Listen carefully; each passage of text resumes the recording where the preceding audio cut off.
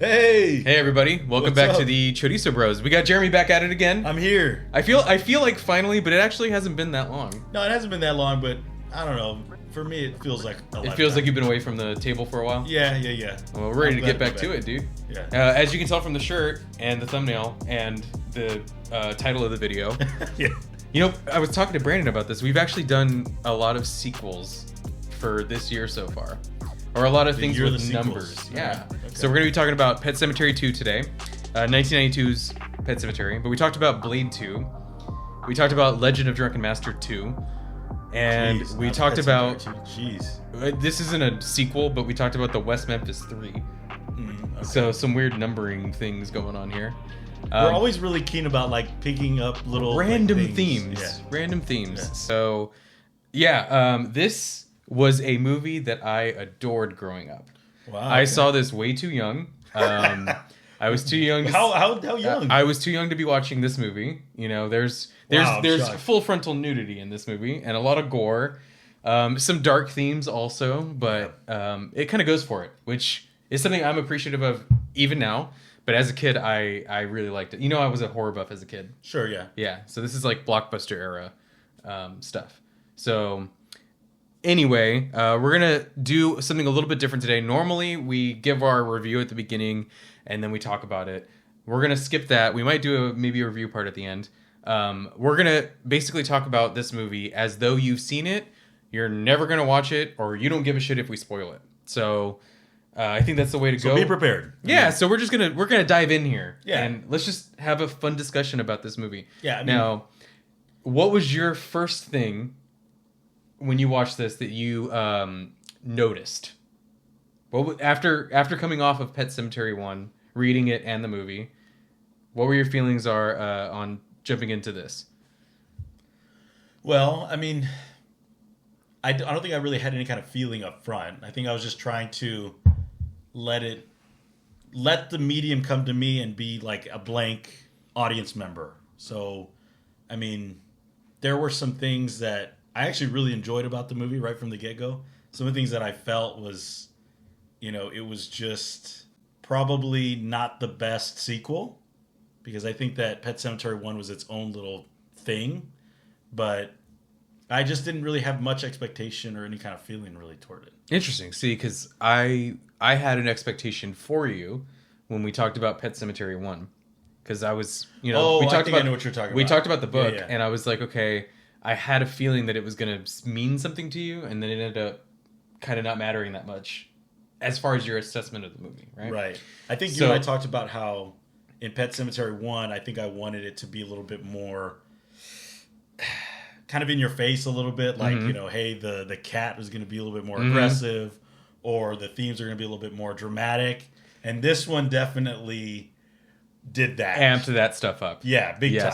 Yes. So I get what you're saying now. Yeah. So and maybe I didn't clarify the question as well. Yeah. But it's pretty open ended, that question, because it could mean It can mean many different things. it could mean that you thought, okay, what is the run of sequels? They tend to be not very good compared to if you like the original. People have expectations of it and then it doesn't land. Yeah, that's a pretty apt synopsis of sequels. I mean, Right. Well, not all of them, but a lot of them. a lot of them are pretty bad. So, I was wondering, were you going to watch this and go, why the fuck are we wasting our time watching this? Or is it going to be terrible? And then you were basically like, I'm going to do the blank slate. I'm going to be completely objective about this. I'm going to try to come into it without anything except a prior knowledge of there's a pet cemetery that brings things back to life. Right. That's I it, definitely right? tried not to get too heavy into it. But after watching it, and you and I kind of talking about it beforehand, I'm actually shocked, because I think the way that you described it, and I actually enjoyed it a lot. Interesting. See, I'm actually shocked. I was waiting for you to come in here being like, dude, I can't wait to shit on this movie. I mean, there's some things that I can shit on about it. Of course. Yeah. But for the most part, I think it was fun. It kind of reminded me of the way I felt about this movie is the way I think you feel about Halloween 3. Yeah. That's what I was. I thought about it as we were watching this. Yes, that's exactly what I thought. You just go, if you come into it with the right mindset, it will work. Right. For me, I think the difference, what Pet Sematary 2 does, is I still felt that it was made to be serious. So I think Yeah. the decisions Yeah. that were made were with proper intent and still follow a good storyline. Whereas like other movies, where other movies, at least in my opinion, like Halloween 3, it felt that there was like disconnect in the story. Yeah. It was kind of all over the place. This one attempts to, it kind of does go all over the place, but they're still within that structure. And I think maybe having the movie of Pet Sematary maybe helped that structure in place to where they could go off the rails a little bit, but there was already a formula structure in place with Pet Sematary 1. So as long as we keep the core idea alive, we can kind of do whatever we want. Right. And the audience member already has that. Yeah, I was like thinking who would have watched this not knowing what the Pet Sematary was. You know what I mean? Like, I think everybody that would have watched this, unless it was like an accident, and it was like, oh, this movie's just on and we're gonna watch it. Who's gonna watch this sequel and like not know what's gonna happen? Like, you go into it with the expectation they're gonna bury a pet and it's gonna come back, right? And then someone's gonna bury a person and it's gonna come back, right? Like, you can't spoil that. So how this story unfolds makes complete sense to me, and it really worked because I kind of liked everybody in this movie, every character. Yeah. I kind of liked all of them.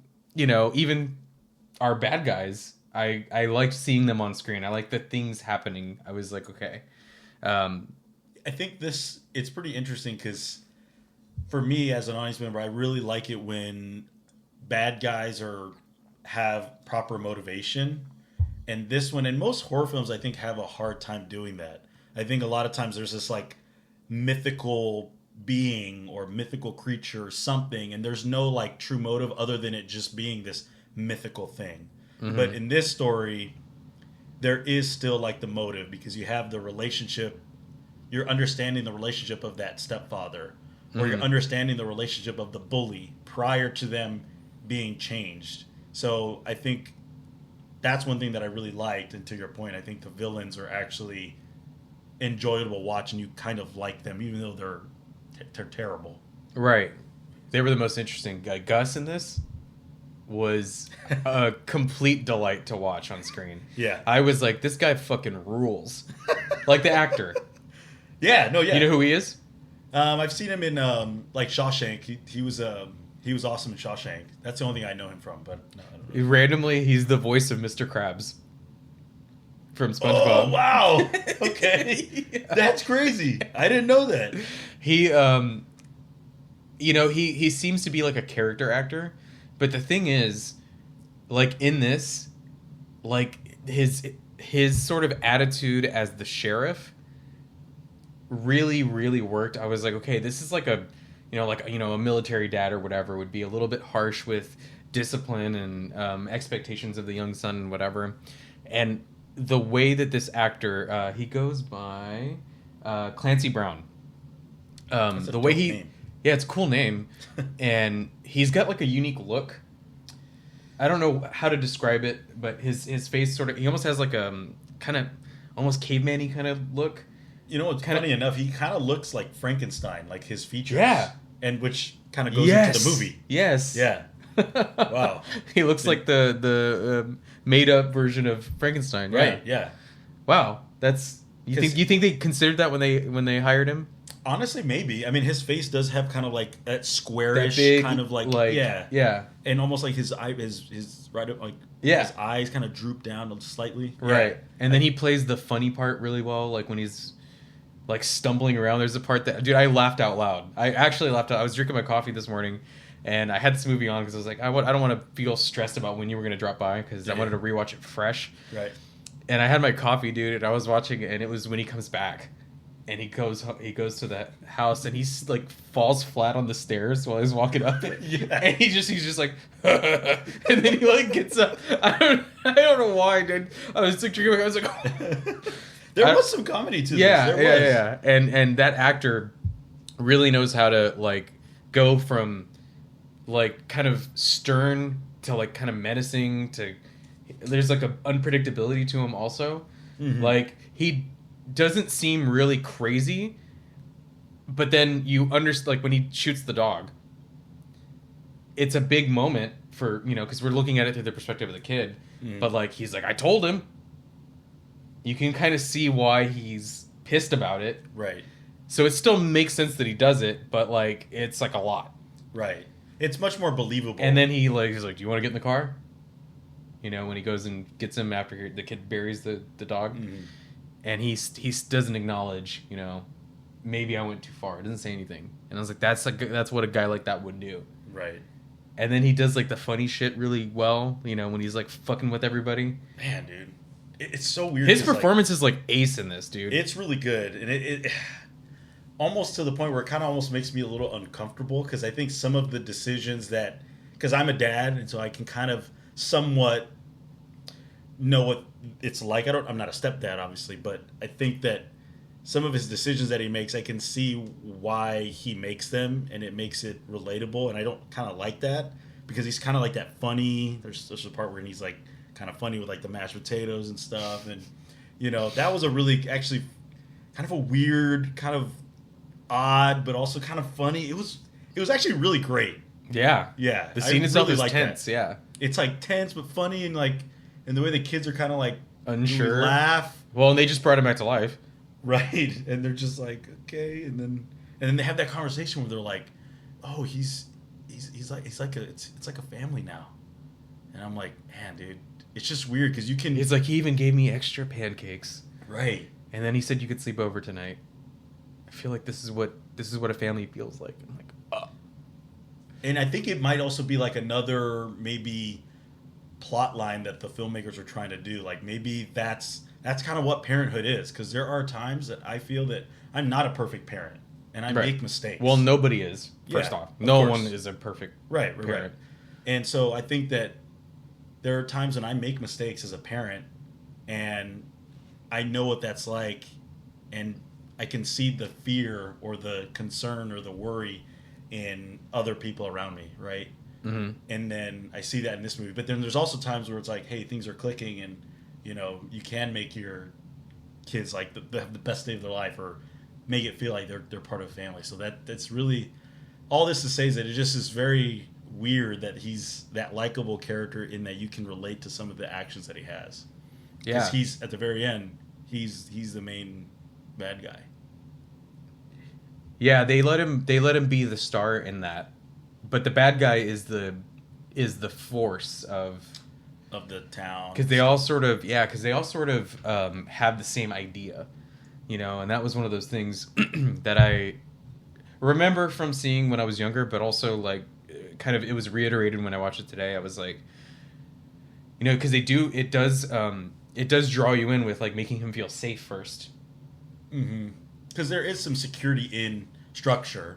Yeah. But, obviously takes it too far. And then, so they do that, and then they all seem to work, the entities, or the entity, whatever this is, they all seem to be working towards the same goal. Where, they're all kind of working together, because Zowie attacks him, and then they bring him back, and then they kind of work together, and then he gets the son to bring the mom back, and he brings the bully back, and they all sort of seem to be doing this one evil thing, and you're unsure of like what the point is. Even you would just know that we don't understand it, and it's terrifying. Right. Because what's the point of them coming? What do they want? What does it want except to just cause havoc, or what? I think maybe the message is that like death is better. That like Ludwig and that entity of what the town is experiencing, it's just death is better. So I think that's probably what the goal is of this entity. Because in the book, I don't necessarily think that Stephen King wrote it with that heavily in mind, with them like trying to its goal was to try to get more people to die. No, that was different for this. Yeah, this was more of an intent to do that. The Wendigo, or the entity, was definitely did have there was a pull, because I remember Judd Crandall, like he doesn't even realize why he's showing Creed the place. He can't even fathom. He's like, what? I don't know why I'm showing you, but I feel like I have to. Yeah. And And he's like, yeah, I think I'm the reason why your son is. Yeah, right. So that is even. We have the shovel here. Thought that was a nice piece. You want to get up here? I like how it's like chipped here at the top too. Yeah. Or maybe it's designed that way. No, I don't think it's designed that way. I think that was chipped away by rocks. Hey. Who are you burying? Her sister. Oh, dang. Remember the German R.I.P. Shepherd? Yeah. Zowie. You know, one of the criticisms you had of the movie, we didn't even talk about the movie really on our last on the Pet Sematary one. No, we didn't. We were mostly focusing on the book, right? And our 100th episode, 2-year anniversary. Yeah. But one of your criticisms on it was that the cat itself wasn't really presented as scary. And I was like, yeah, they kind of did that in the movie. But in this, they really, like you said, they took some specific things that were interesting about it and amped it up. So this dog, what a great move on their part to be like, we're going to make it like a dog that can kill you. You know, the cat, that's pretty freaky and it's weird and it's supposed to just make you uncomfortable and you're supposed to just find it creepy. But this is dangerous. This is a dangerous animal. And having that be, and it looks so sweet. Yes, dude. It's like looks so cute. It's cute, and it's like it almost has it's I don't know what the breed is. It's like a Malamute. I don't know what they're called. I'm not sure, but yeah, I thought it almost looks like a sled dog. Mm-hmm. You know, and super just floofy and cute and clearly like intelligent. They always use intelligent animals for movies because they need to be trained. And then to have. You know, they put that light so that their eyes glow. Yes. And the first time you see it, what was he doing? I don't remember. But I do remember like making a point like, dude, this thing looks scary. It's much scarier than the cat. It's after they bury it. Obviously. Yeah. It's right after they bury it. The kid goes to he's listening to his headphones or something, and the dad the stepdad, he's like, you lied to me. Why would you lie? You didn't think it was gonna catch up to you, and then he opens the door, he looks down, and it's looking up at him with those eyes, and you're like, oh fuck. Yeah, dude. And it's all dirty and because I've thought too, like when I first saw the dog, I was like, okay, this is probably isn't gonna be the dog that they choose. Because I thought that I was like, oh, he's really cute, he's all white, like how could you make that like an all white dog scary? And then I was like, oh shit, yeah, that makes a lot. That's from like a film perspective, that's gold. Yeah, like make it all white, make it the cutest fucking dog you can get. And the juxtaposition of how cute and fluffy it looks, and you're like, oh, this thing's a fucking beast. Yeah, you know, and even when it's brought back, it's like they make it kind of growling, this like low growl kind of all the time, every time it's on screen, and then it defends. What's his name? Drew, buddy, because he keeps calling him Drew, buddy. Mm-hmm. He protects Drew when the stepdad's gonna. Yeah, and you like the dog too, even after he comes back. But then that ends up being part of the plan of he kills one of the things. So did you notice? And I don't remember this as a kid, but I was like, I can't like unsee it now that I saw it. When that happens in the graveyard or the pet cemetery when they're having the Halloween party.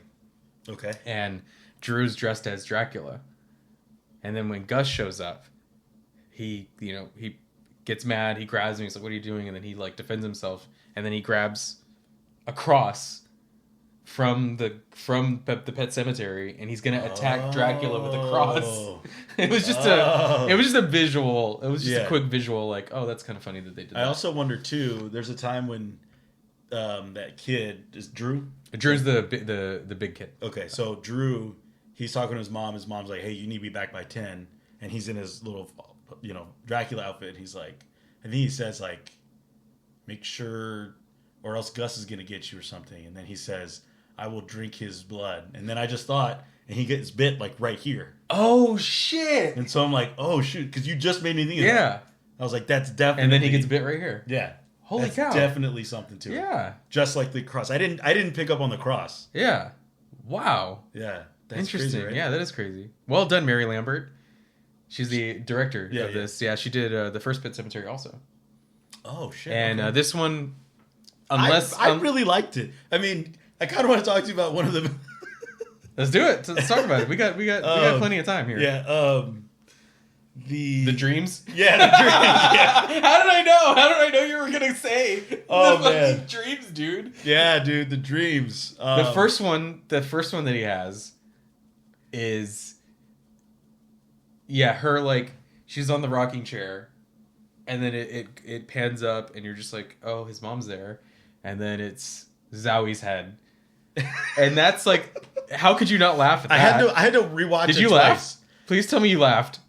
Maybe on the second viewing. Initially I laughed, but from like a 90s. Yeah, this is 1992. Yes, this is 1992. Yeah, it's not that bad. it's great. It's actually good. Yeah, It's great. Yeah, for its time, it's really good. Yeah. Yeah. It was just funny because I was watching it and they show her foot and it's sexy. Mm-hmm. And I was like, and then I was just like hit with a whoa. So I was like, what's going on? So, oh man, it was just kind of yeah. But all in all, the dreams are kind of weird, but at the same time, know the time period. It's actually okay. I let it go. Yeah, I'm gonna champion practical effects every time. Every time. Oh yeah, more movies need to do that now. So the fact that it looked goofy because it's clearly like it's clearly somebody wearing a big fucking rubber thing. It's well made for what it is. It's well made, and it is not what they would do today. Is like a CGI dream sequence. Somebody made that, and part of what I think the beauty of just filmmaking in general is like I can like overlook that. It wasn't bad looking, and it was bad looking, but it wasn't like enough to take me out. I was like, okay, that's a scary concept where you're like, oh, my mom's here, and then you look up and then there's this like werewolf head. You're like, oh fuck. And the way that it was shot was kind of cool. Like, I think if it does look goofy, if you're making it, it's like, oh man, it doesn't look that good. You want to be smart in how you direct it and how you shoot it. Like they did these cool pans and they didn't show it. Maybe they could have dialed it back on how much it was shot, maybe like literally even just like 1 or 2 seconds. And that's what you want to do. You want to like do quick angles and show it, but like take it away very quickly. So they did that well. But I think you're right. There's that later part where he has another dream and they have him on like a dolly, the bed, and she's like, I'm waiting for you. And then it's like pulling, the camera's like on the bed, behind the bed. And he's like going backward. And he's getting pulled away. And I was like, yeah, they're creative shots. Yeah. As to whether or not you're going to be like, oh my God, this isn't fucking Citizen Kane here. But they worked on this. Yeah. There's real work being done on this. Yeah. The story makes complete sense. There's not like really any plot holes. There's kind of like some dumb decisions made, but like that's how, but they're kids. Yeah. You know, it's acceptable for the choices that they make, grieving, like trying to not get in trouble, you know, and then Gus is the sheriff. They can't go to the cops. Yeah. So, holy shit. Yeah. So it's like you go, well, what was the dad when the dad starts figuring out? It's like, well, he is the police. I mean, for anybody that's gonna like shit on any of the decisions made, you go, well, yeah, they're kids. So I'm okay with a lot of the bad decisions that are made in this. Yeah, I mean, there's probably some things that they could have like shortened. Like I think the dad goes to this guy to find out, and he's like a taxidermist. They probably could have edited that out completely, but it actually wasn't that bad. Like seeing that character. That's probably the worst scene in the movie. Yeah, because like there's that weird. Why would the bird come alive? Right. I guess it was all alive. If I were in the editing chair, I would have taken that out. Or I would have just, at least that part where he walks by the thing and it moves. But it wasn't that bad just because it was a short scene. Even that taxidermy guy was kind of cool, like the way he talked and stuff. I kind of liked he like licks the eyeball before he pops it in the pug's. Yeah. Just to make him creepy, yeah. Yeah, so it wasn't that bad. I can accept that. So, I mean, I'm shocked at how much I actually enjoyed this film. I'm shocked also. Yeah. I straight up, whenever I was like, oh man, he's gonna be like not wanting to talk about this, because you're very open about being like, man, I kind of didn't want to do this, but I'm glad we're sitting here, you know, like Halloween 3, you said that you were like, I fuck this movie, but like we're having a fun time talking about it. Oh yeah, for sure. No, I was excited to talk about it because I was just shocked. I mean, from the first half of the film, I feel like everything was very normal. Like, good storyline, good thriller. I was in tune. Suspense. And then the second half did have a lot of the quote unquote like problems, or I wouldn't even say they're problems, but there's just the meat of the conflict started coming out, and so it did slightly take away like the dream sequence is kind of odd, but I think because I was set up for success, I bought into these characters. The acting was good.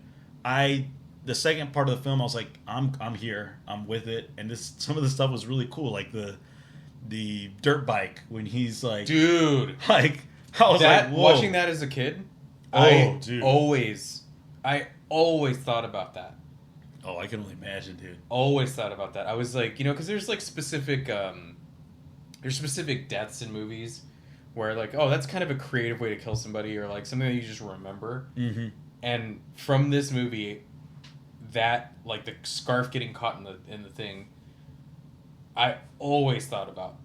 It will come up sometimes when I see like a dirt bike. I'm like, oh yeah, this Pet Sematary 2 scene. I feel like I never saw Pet Sematary as a kid, but I want to say that scene was talked about a lot, maybe in my early childhood. I want to say that I've heard of that. Maybe it's just like out there. Yeah. Yeah. Because I'm not gonna lie, I was a kid. I was sheltered, man. I didn't get a chance to watch a lot of. Yeah, and we probably should have been more, Dad. Oh shoot!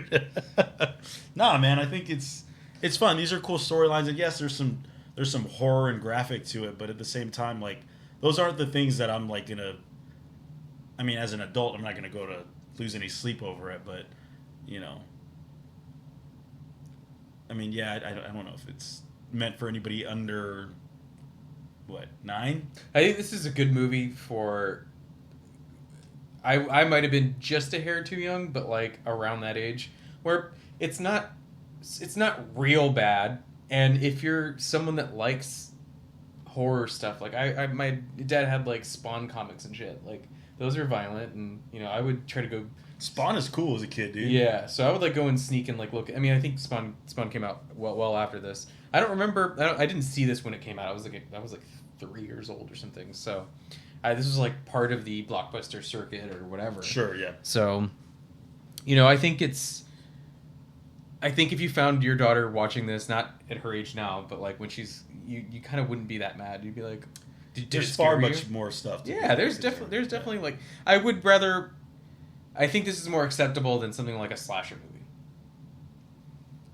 Even though it's kind of a slasher. I don't know. It's hard to say. Yeah, I think slasher movies are for a kid's mind pretty scary, because I feel like they can be a little bit more real to them in a way, of like somebody coming in with a knife. Mm-hmm. That seems much more plausible in a kid's head than just like, burying your dog that comes to life. And no, that'd be cool if yeah, maybe they might have liked that. So right, but yeah, I mean, yeah, I was really shocked. I was watching, I was like, man, this is actually really good. Joseph's he's gonna be so proud of me. No, it wasn't. It was just an easy jump, because we were like, what are we going to do? We just got to fill in the time, because there's a couple of projects we have in the works, a couple ideas we have in the works. Yeah. And I was like, let's just do something just easy. It's like 90 minutes. There's not any pressure to just watch it. This is a perfect popcorn flick. This is, put it on. It's spooky season. This is like, put it on in October. It's a good Halloween movie. Yeah. It's perfect. Yeah, this is a great Halloween movie. It's got everything. Yeah. Yeah. Oh, it's just it's a good film. I mean, I wouldn't say it's like the best film ever, but like rooted in what it is, it's not that bad. Yeah. So I think most people, if they want to have just a good fun time, watch it. For sure. Yeah. I liked that there was that the legend of the Pet Sematary in the town they live in, where it happened in the first one, where they go, oh, there's like stuff that happened, and somebody brought his son that died in Vietnam, and then they buried him, or Korean War, whatever it was. Right. And he came back this shambling, mess of a person, a thing, and the dark spirits in there. So like that's cool, but having them reference what happened in the first one in this, I don't know why. It makes sense why, but like I loved it, because it felt like that's how like teenagers like talk about urban legends of the town. And like small towns too. Like that's Yeah. you know, they're remembering of the situation that happened, which probably wasn't that long before that. So Right. you know, They talk about Ellie, the girl, growing up and then going psycho. This is part of the urban legend, probably. Shit, I missed that. You don't remember that? I don't remember that. Yeah, whenever the kid, the bully, is telling the story about what happened with the Creeds, he's like, the only survivor was Ellie Creed, and she took up a hatchet and murdered her grandparents. Because she would have been with the grandparents. Oh my gosh, I missed that, dude. But how much of that... I like to think that it really happened. Uh-huh. Because we know that there is an evil force in this world. Right. But it could be just to make the story sound... to like exaggerate the story for hyperbole. He's just amping it up to be like, oh, that's how much crazier it was. Right. But I like to think that in the context of Pet Sematary 2, it happened. Yeah, I think that because obviously there wasn't Stephen King didn't write a sequel, but I think that if he did this, I wonder what Stephen King thinks about this movie. That would be, you know what, I fucked up. I should have looked into it. I should have like looked up a video of him talking about Pet Sematary 2, because Pet Sematary 1 is like a legendary in his books. It's like one of the top ones. People are like, it's one of his best ones. Right. I know you didn't love it. Sure, I wasn't. Yeah, but I loved it, and I think that it's one of his better ones because it's toned down. It's personal. Yeah. So, I bet you he doesn't mind it. I bet you he kind of scoffs at it a little, but I think he got real careful with criticizing the movies that were made after his books because I'm sure for business that's bad business. Yeah. And there, because there was like notably he like talked shit about The Shining, and he was like, I fucking hate it, you know. And then later he recanted that and was like, well, you know, it's not really like my book, but it's its own thing, and it's, you know, he like kind of he backtracks his initial I hated this because Kubrick was probably kind of rude to him. I think the story is that he was like, I'm doing my own thing. Right, I'm gonna use your story, but I'm running the show here. Yeah, and I think Kubrick was well known for that. Kubrick was a dick. Yeah, the best. He was one of the best. I mean, one of the best. So yeah, that's one of the things, and I think I think King got offended by that. I don't know what the exact story is. It's something like that, where he like met him or went to the set or something, and he was kind of dismissive of him, and he was like, "Man, fuck this," and then, you know, but I'm like, having people adapt your movies sells more of your books. You have your name on a lot of this shit. It just, even if it sucks, it's smart business-wise to be like, it's great. Yeah, but you also, I feel like as an artist, you can't help but shake that innate need to make it feel like your words, your work, the hours that you spend on this is being represented in the best possible way that you would want. Right. So I'm sure that's hard to shake. Yeah. Because I ain't gonna lie, I bet you if you wrote a badass story and some shitty ass director came in and was like, "Oh, he just botched it." Wait, do I make money off of it? Yeah, I'd be okay with it. At this point in my life, I'd be okay with it. If you asked me 10 years ago, that would annoy me. Let's say you had all the money. I'm mature enough now to be like. But okay, what about in this context? Let's say you had all the money in the world and you're just, you're gonna get paid for it, but now you're at the point where it's like, I don't need this, you know? Like, hey, this is my story. You spent 10 years writing this book, and then some dude comes along and is like botching everything. Oh, man, I don't know. Right? Yeah. When you say it like that, it's like, I kind of would like to. I wouldn't want to be misrepresented. And if somebody completely dismissed you as a writer, you'd be like, man, fuck this. Yeah. It would be an ego thing. But I don't think it'd be ego for you. I don't think it'd be ego. Not anymore. No, I don't think it'd be ego at all. I think it would have been. Really? Yeah. I think that you respect I've grown the work. a little. Sure, but I think you respect your work to the point where that's where it needs to shine, and to have somebody go in there and just completely dismiss it, it's like you're not respecting the work, the story. Right. That's the ticket, and you're just ripping off. You didn't get the point. Right. I realized I didn't take that fucking thing off the table. What? I was wondering. I was like, okay, what? No, how does this have no, reference I was to? moving things around in the room, and sometimes when I'm thinking like about to do something, I do that. I do that. Oh, really? So you just like go Yeah. out, So I you was saw like the- walking around, going like, "Hey, where do I want to move this?" Because I put gumballs in the gumball machine. Oh, okay. I thought that maybe this was like. No, and I just put it on the table, and then I realized it was on camera, and then I looked. I was like, "Why is that there?" So everybody gets a kind of glimpse into your My day to day, how like I yeah. think, yeah. So they're now everybody's gonna imagine you just Yeah, doing this I walk all around doing this. walking around. I'm like walking around going like, "Where do I want to put that there?" Or just fucking leave it, dude. Just leave it. Oh, Chris got me this when he was in Hawaii. Oh, dude. Yeah, right and on. I was like, I almost don't want to put a glass on it, but like, Nice. it's cool. Thanks, Look at Chris. that, Chris. He's like, "Hey man, I got you something," and then I was like, you don't have to give me anything. He's like, "No, I think you'll like it," and I do. I love it.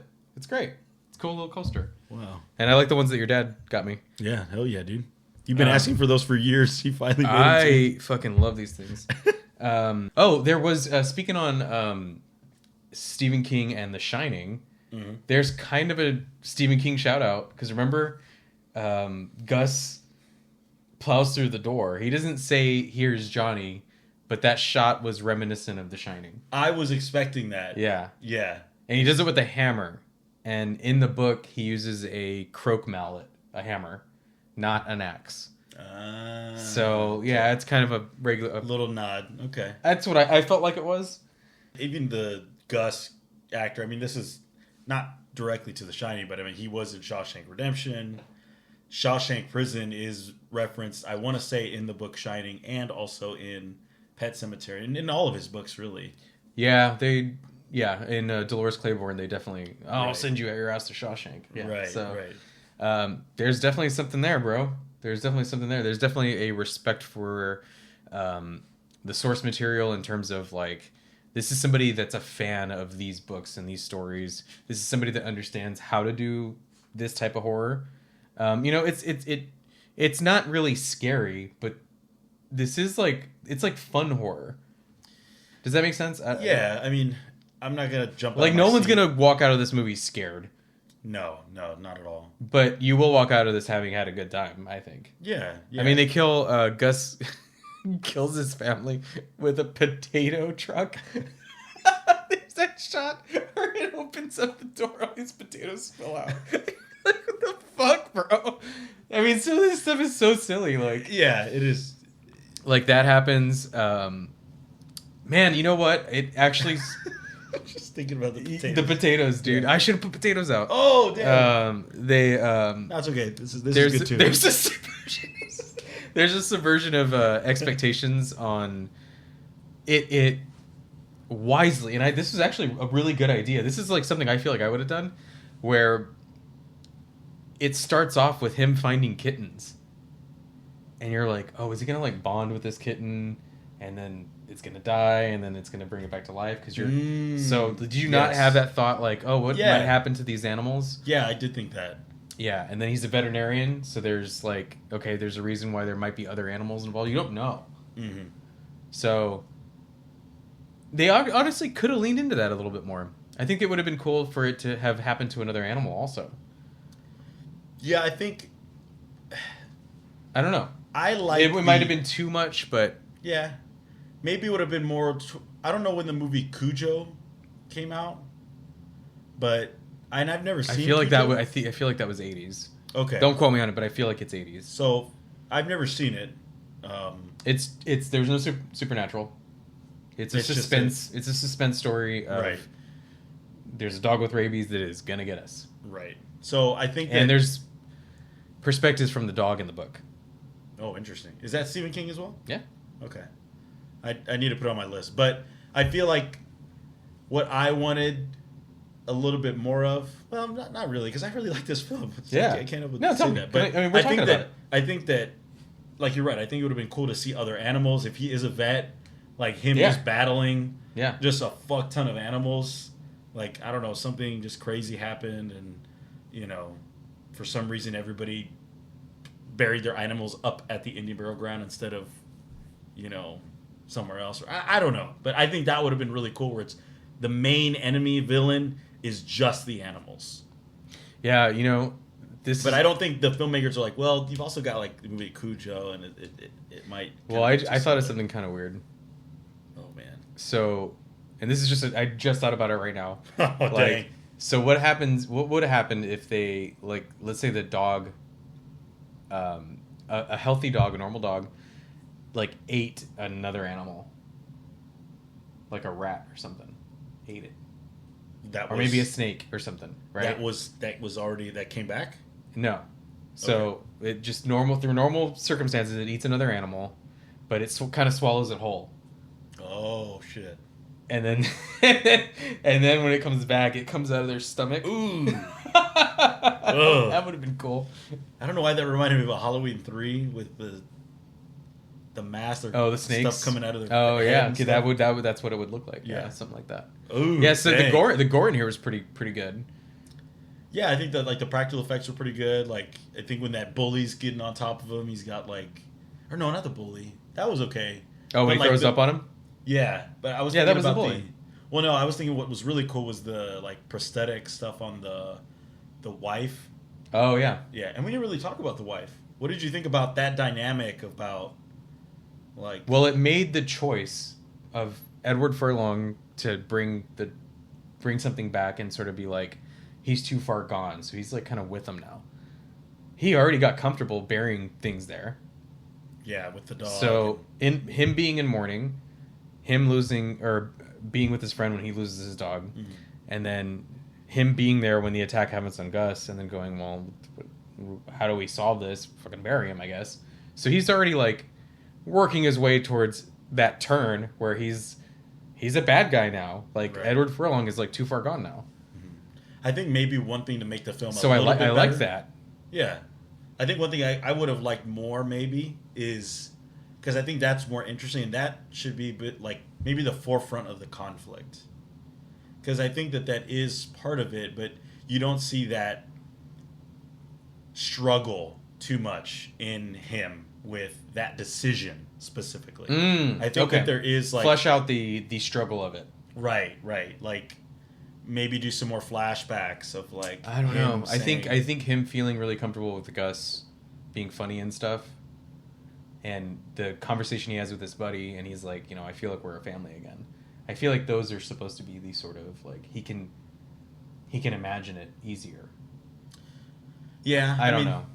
I think you're right, but I think that when you shoot it, it wasn't maybe shot.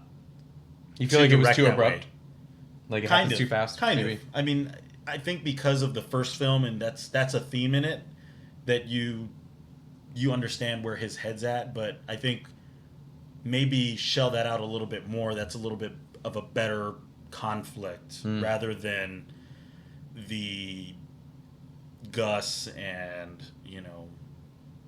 the bully at the end. I think that might have been like, imagine him having to kill his mom, and you build this up right where he's like, you have these flashbacks. That's good, dude. Yeah, so you have these flashbacks, Yeah, like, and they go that's back, good. and he's like, references things, and they're having a great time as she's dead, and then she starts turning, because that's kind of what happens with Gus. He seems really cool. He's a good dad now. Right. So imagine like the mom comes back and she's he does rape the mom. Oh yeah. I mean, And that happens like immediately. oh gosh, yeah. So But you get what I'm saying. I know what like, you're saying. you Yeah, know. from their perspective. Yeah. Well, from the Drew's perspective, Right, he's right. like, oh, that's Right. he's Drew buddy. better now. Yeah. So that I think would have been really, really cool. Mm-hmm. I really liked thinking about this movie through the lens of being like the creator of it, being like the maker of it, and going, okay, well, I did look it up, and she worked on the first one, right? And I'm pretty sure she did movies before this. You're talking about the director, Mary Lambert, and watching the beginning of this movie, that fake out, where it starts off looking like a 1930s or 1960s horror movie. Mm-hmm. And then it's like, oh, she's like, this woman's going in this creepy castle, and there's rats, and there's lightning, and whatever. And then the illusion's broken when you see the hand, and they're like, oh, come on, you messed up the take, whatever.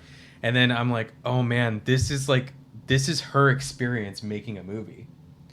She like is nodding her own experience. She can write that, she can shoot that because she knows what it's like to be on a horror movie set. You know, so it felt that part, you know, where they're joking around with each other, and that seemed really she's natural. like, I need a cigarette, and he's like, oh, is my son here? You know, that felt natural because she saw that, she knows what that looks like. You know, and I just I went, oh, that's nice. That's a nice touch. Yeah. Because they could have had the mom die any kind of way. Oh, dang. Yeah. You know, so having her be like an actress and you know, then she's got this sort of old Hollywood look. Mm-hmm. You know, so I thought that was cool. I thought it was a wise decision to like start the movie, the fake out, because you're like, we're watching a movie about them filming a movie. Okay. Right. I actually thought from the first, I was like, what the heck? Okay. Because you told me a little bit about what Pet Sematary 2 was, and so I was like, oh, wow, this is a dated piece? So you thought it was going to be taking place in like the 1600s or something? I was like, what the heck? This is, okay, all right, I'll watch it. I'm here and then for once it. the fake out came, I was like, okay, thank God. Yeah. It's like, all right, cool. Yeah. And then, you know, as things started picking up, so yeah. Man, this was a good, I always can tell how well I like a film by whether or not I'll ask myself, like, hey, would you rewatch this? And I would rewatch this. Mm-hmm. I won't rewatch Pet Sematary 1. No, me neither will I. I would much rather watch this one again. I would much rather watch Pet Sematary 2. I would rather read the book over watching the movie as far as Pet Sematary goes. But Sure. But if you wanted to get the gist of Pet Sematary, I would definitely just go Pet Sematary 2. Because I think especially modern audiences, a little faster paced. It's a little, I don't know. It feels more rock and roll. Yeah, even the music was cool too in the movie. Yeah, it's that. I agree that works, but it does get a little bit. Was it too out of hand? Do you think? A little choices on the music. A little bit. I think it doesn't know what tone it's going for, because it starts off with like somber stuff, and then there's like, okay, the bully's here, punk rock shit. You know, it felt a little bit. I noticed it a little too much. I'll say that. I just noticed it a little too much. The music I shouldn't notice very much. Yes. Yeah, I can agree with you, because there were times, but I was so vested into it, it just didn't bother me. But if I be very analytical, I could very well jump into that and be like, it's not a knock at all. It's like just whatever. But I feel like they could have done it a little bit different. For sure. You know, the other thing is, and we did this before on our 9 to 5 podcast, or maybe we should wait till the end to do this part, because I think this is kind of funny. No, whatever. Just knock it out now? Yeah. Okay, so on I'm too curious. Our 9 to 5 episode, we started off the beginning of that with I'm going to read a 1-star review and I'm going to read a 5-star review. Oh, do you have Because I looked, and when I was looking at what this was, I was like, okay, and with the idea that you were going to shit all over it, and I was going to be like, I love it. I feel like I was going to land it Halloween 3 again. Right? I wish I was kind of like, oh, fuck this film. No, right. So with that idea, I was like, okay, let's see. Like, I'm curious to see how much he shits on it, and I bet you if he does, I'm still going to agree with him with all his assessment. So I was like, let's look up a 1-star. So you're really prepared to for me to just be like complete shit on straight up. Wow. Okay. I thought it would make a fun I was like, I'm not going to dislike. I know I'm not going to dislike it because I grew up with it. Hey, that's crazy. Wow. So I'm going to read a 1-star review, and then I'm going to read a 5-star review. The 1-star review is just a little bit longer, and it's kind of like giving some plot points away, and I was like, I don't want to read that. But the ending of the 1-star review is kind of funny. Pet Sematary 2 is just a rotting, flea-infested dog of a sequel that should never have made it to the cutting room floor.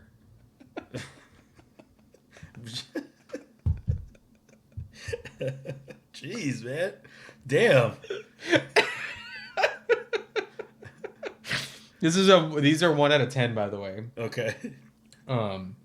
So here's a 10-star review, and this is a little bit longer, but I'm like, fuck yeah, this encapsulates my exact feeling about this movie.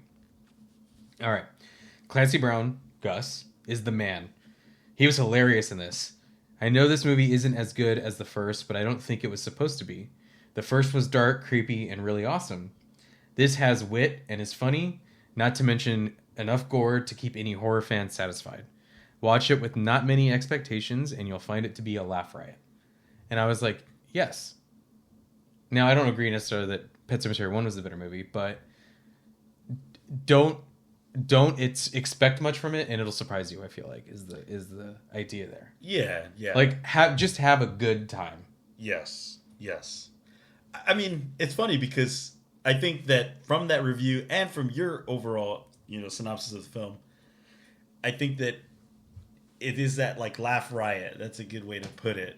But I don't know. I didn't necessarily think it was a laugh riot. I genuinely was like, okay, go into this with this. Like, it's all real. It's all like these are serious things happening. Well, So that's why it was funny. Yeah, is because it's because the potatoes.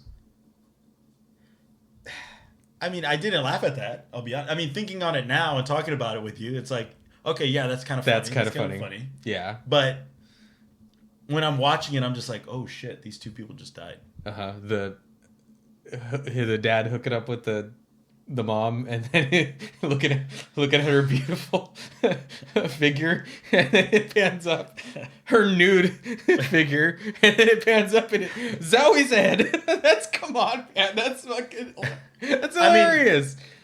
Okay, yes. You know what I'm saying, right? Yes, I get it. Yeah, but like I said, that first half of the film set me all up, and I was like, yeah, it works. Kind of scoff at it as both. Yeah. Yes, I think that's where both. Yeah. I think that's where I'm at. It's like, yes, I can laugh at it.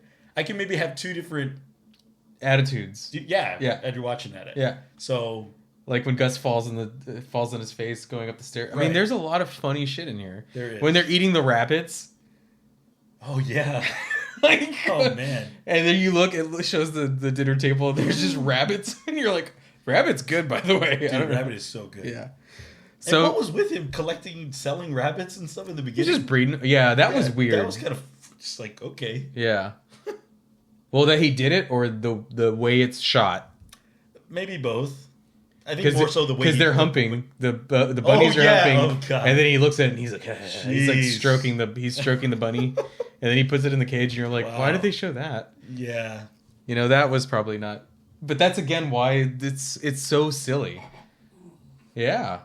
Hey, be careful. We're gonna put you. Put you in the cemetery. Yeah, we're gonna shoot you and put you in the cemetery. The bully did a really good job too. Yeah, the definitely. actor. Yeah, I want to say that actor was he's been like bullies before. Yes. Well, but he plays like a rebellious kind of.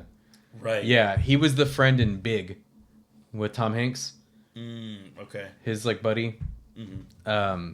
And I remember being like, because I thought he was the friend from Terminator 2, but I don't think it's the same actor, because he has that look. He has that sort of like white trashy kind of, that kind of attitude and that look, which Edward Furlong was in T2. Maybe that's why I thought that.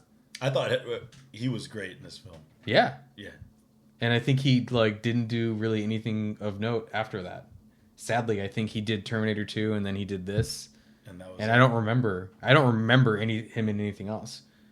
So I don't know what happened. I don't know if he just fell on hard times and maybe he got famous too early, or I think it's just lost interest in it. I've noticed that like actors who have a very unique and stylistic way of their performance, specifically when they're very young, tends to fall flat later.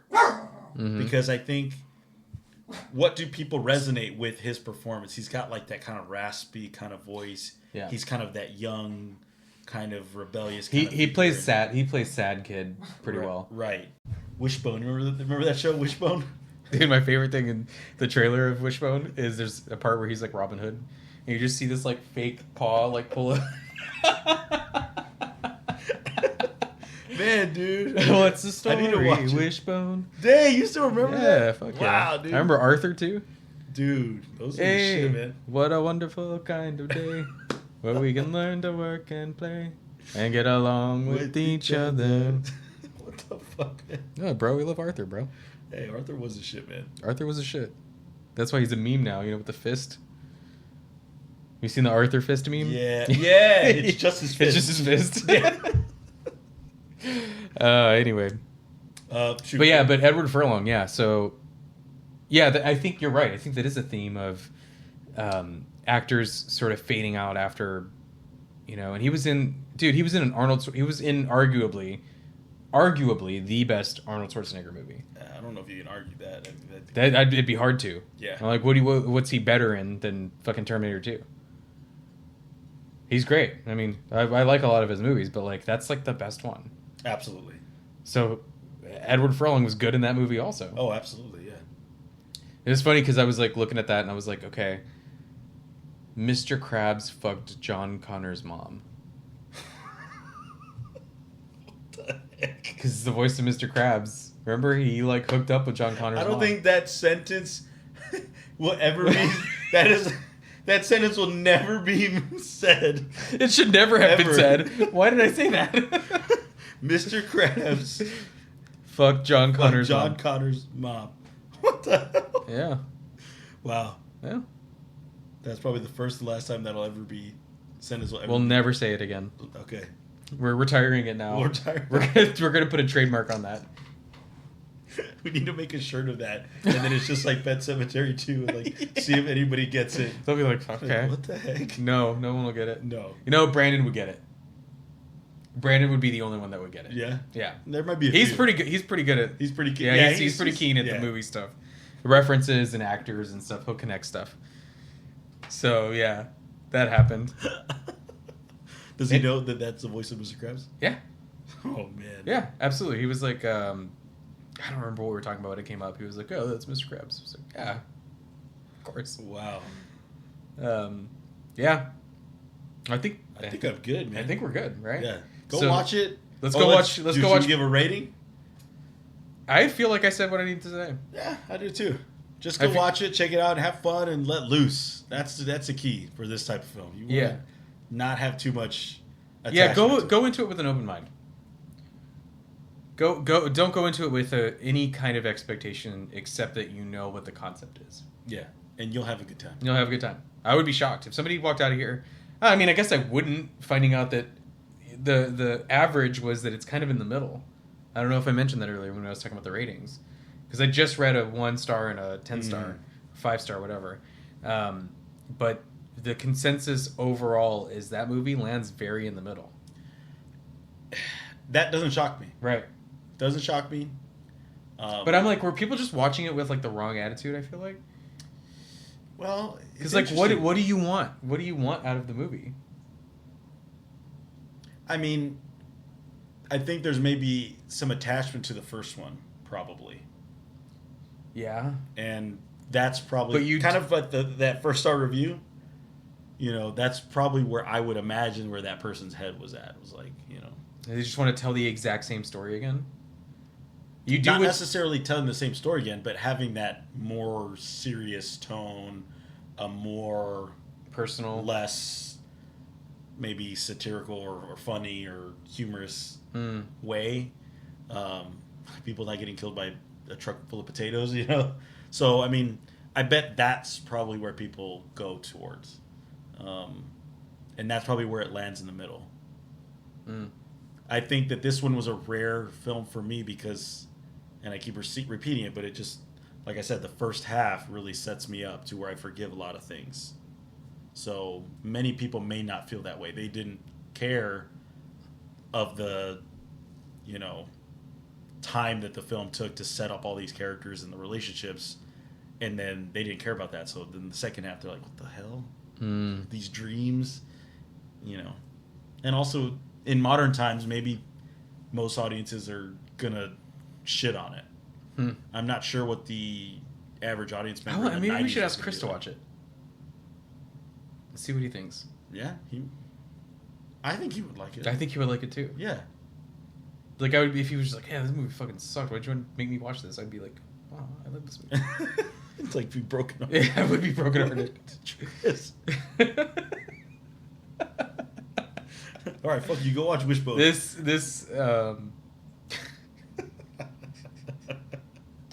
like, it's for free on YouTube. Oh man. No, man. I think so many of the decisions in this movie were the right ones to make. The perspective is through kids. There's a veterinarian there, so there's having our big bad of the movie be the sheriff, was a really good move. Mm-hmm. Having them both come from single parent households, basically. And I mean, Yeah. I say that with the idea of the stepdad being, not his real dad. I mean, so that they kind of connect in that way, Yeah. because then you have the Edward Furlong's dad hooking up with the maid. Were they hooking up? It's implied that they are. She got real comfortable. He seemed like dismissive of her. That's what I got.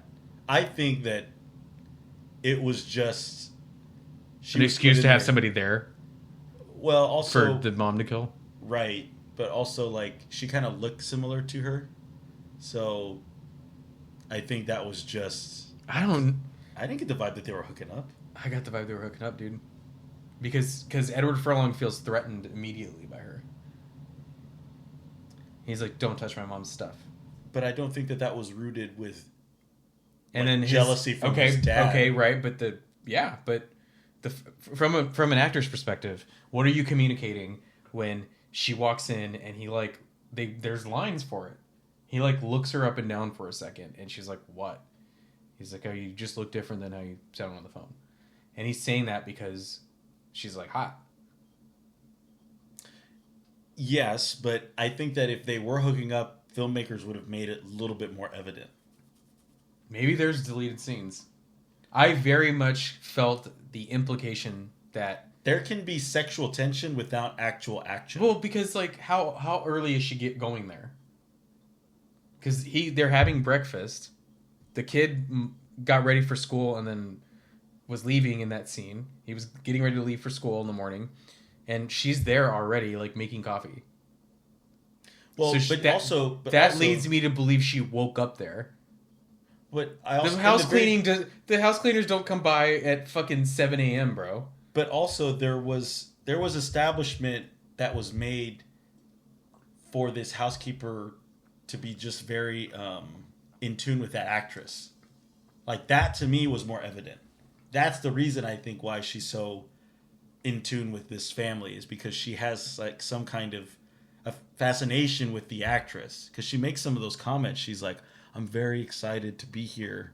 And then the box drops and she picks up the dress and she's like, "Oh my gosh, wow, it's so beautiful." And in the very end, she's literally wearing the clothes.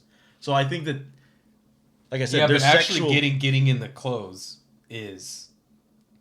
was indicative of her being very comfortable there. And was she there overnight too? And then he tells her, don't let him leave.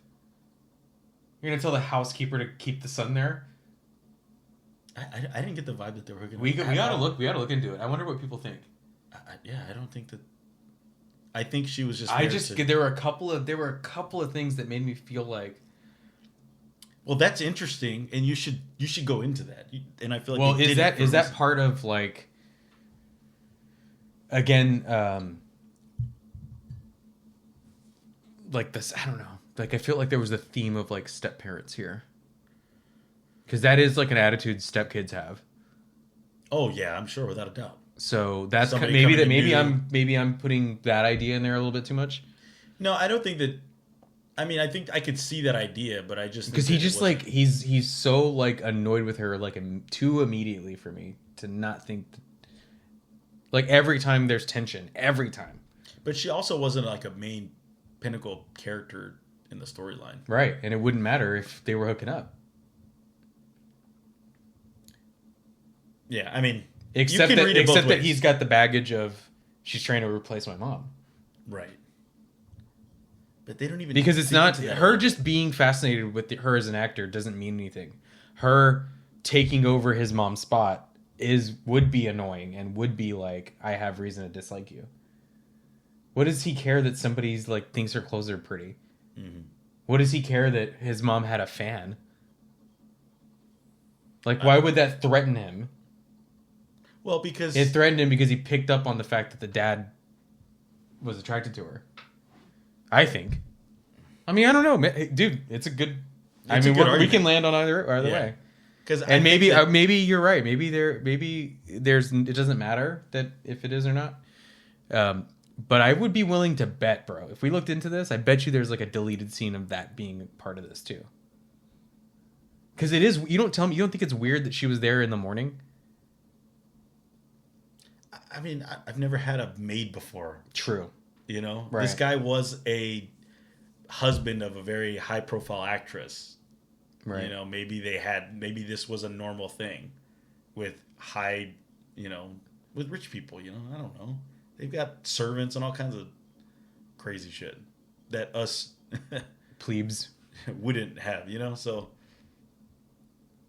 But I was thinking about it. Wouldn't it be an interesting story if it was like the mom and the maid kind of going at it at the very end, like maybe she is trying to replace him, and Jeff is having this turmoil of like, oh, I really want my mom, but this lady's coming and trying to replace her, and so then he's like stuck in this middle where he's like, do I go with my mom who's this crazy zombie, or do I, And she goes and locks the door when the bully's fighting him. Yeah, that was crazy. Well, because they're all in it together. Yeah. It's a fun film. Yeah, man. There's a lot more to talk about than I thought we were gonna. Yeah. Damn. I'm like hung up on this thing. I'm like, no, dude, she was trying to be the stepmom. All right, let's lock it up. Let's get out of here, man. We're gonna bring some new stuff for you coming up soon. Yeah. Possibly, Project Hail Mary. No. Whenever we can. Well, whenever we're ready. Yeah. And then okay, let me say the possibly on this. Dang. Trail of the Spanish Bit. Oh shoot! It's a short book. I had so much fun reading this, and I think you would really like it. Maybe Jeremy will read this, and we can do an episode on it. Hell If yeah. not, then I might just do a solo one. Now that interest in this came about because I found this collection of 3 Don Goldsmith novels at the half price. So this, I was like, oh, cool! Like it's like about natives. That's awesome. Like I like this type of stuff, right? Yeah. So I was like, okay, and then I saw that it's rated pretty high, and so I picked it up, and I was like, okay, I'm just thinking it was going to be 3 random books. I didn't realize this was a series, and so I was like, well, where does this series start? And there's like 30 of these. He wrote like almost 30 or 32 or something of this series with this tribe, and like their adventures, and it takes place over generations. So you'll like start reading the story about the elk. They're called the Elk Dog Tribe because they use the words they know when they discover the horses. And so the Elk Dog Tribe, you see like, okay, the son of the chief, it's his story now, and then you just read about his shit. So I was like, that's cool. And it's so based then I off looked. of this? It's the first one. Oh wow. This is a collection of 3 of the books in that series. Jeez. And I was like, oh, I didn't realize that wasn't like, they weren't standalones, or they aren't the first 3 of the series. They're just 3 random ones. Right. This is the first one. And it's fucking sweet. So maybe It's a short book too. Yeah, that's why I was telling you. Yeah. You should check it out, and we should do an episode. Oh yeah, on it. dude. And I don't think there's any movies or TV shows about it, so it'll just be a quick read, and it'll be fun to talk about too. Yeah, dude, I'm down. Let's do it. So we may be bringing you that, and then we got some other things coming your way. So Yeah. let's go ahead and lock it up, dude. Yeah. Let's get out of here. Thanks again for watching. Like, subscribe. All the things. Yeah. Go watch some Pet Sematary motherfucking 2. Hell yeah. Bye, guys. Later.